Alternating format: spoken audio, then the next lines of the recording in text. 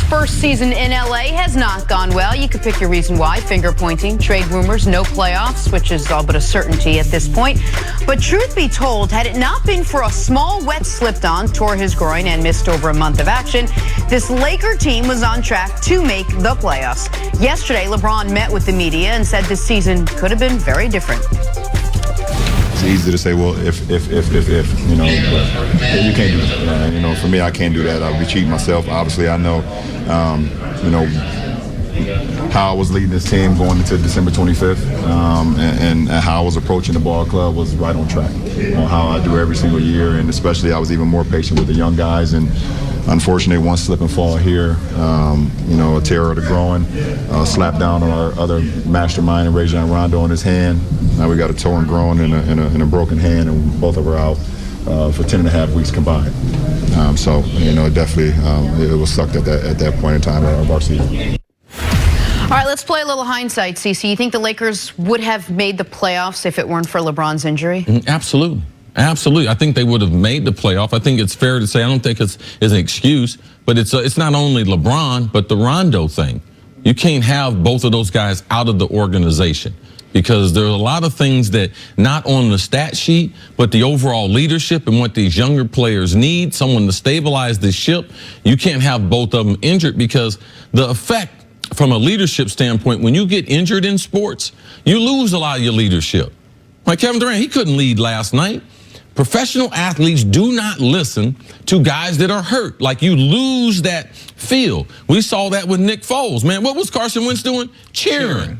Like, you lose your leadership because you're not here to help us. And it's amazing. It's like you're on a different team when you're hurt compared to when you're in the flow of things, even if you're injured and still playing. So, yes, I think it's fair to say Christmas night, they beat Golden State. I mean, tremendous win. LeBron goes down. And nobody, sorry to interrupt, just real quick. On Christmas night, that was when the Lakers were still, if you fall down, stay down till your teammates get there to pick you up.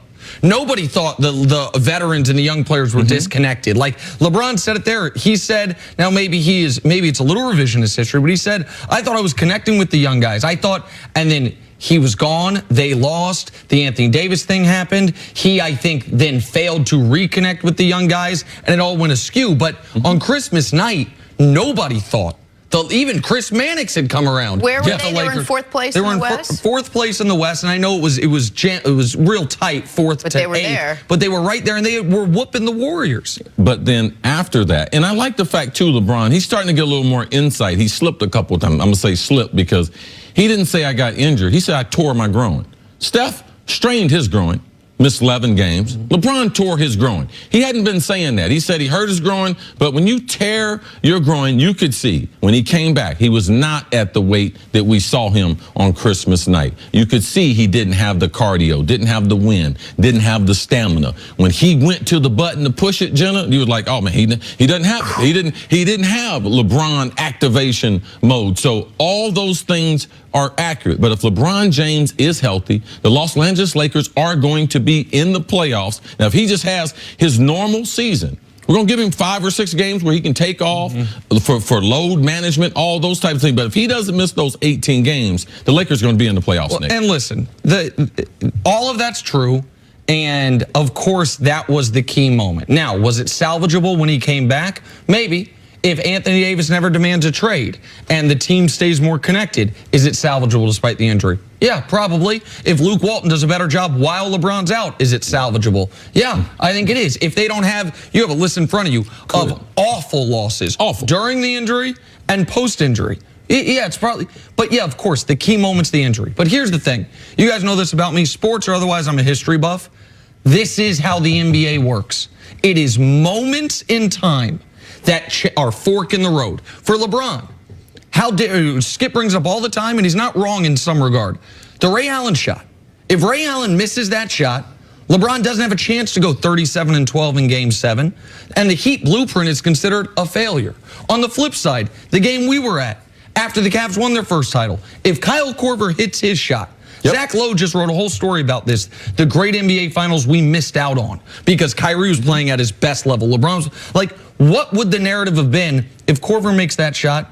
If the Cavs beat the Warriors with Durant, then you're on my side on the GOAT And stuff. my guy, MJ, I was there for a bunch of them. There was a bunch of times he passed to guys wide open, and they knocked down shots. That being Steve Kerr, that being John Paxson, B.J. Armstrong, Hodges, man, they knocked down shots. So those were shots, too, that changed the narrative. We're in New York City. How differently do people remember Patrick Ewing if John Stark's shot in Game 6 isn't blocked by Akeem and they win that title? How differently do we remember Chris Webber and those Kings teams if Peja does an airball to 3 in the corner in Game 7 of the 0-2 Western Conference Finals? Like, this is what basketball is. It is moments in time that we build narratives around one, I don't want to say random, but one incident. And LeBron's incident was he slipped on the floor and tore his groin.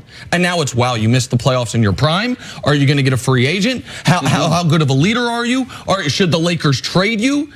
Yes. Hey, listen, it's not unfair. Right. That is how basketball works. That's how, by the way, football, like what is the narrative on those Bills teams? If Norwood makes the first field goal in the first Super Bowl. Like, this is just how sports are. So existential of you this morning. morning. But I mean, that's just how it is. Like, I don't, nobody should pity LeBron or the Lakers. Like, that's what happens. And narratives are created by small, tiny things or decisions or moments. And last point, we never think about the things that didn't happen.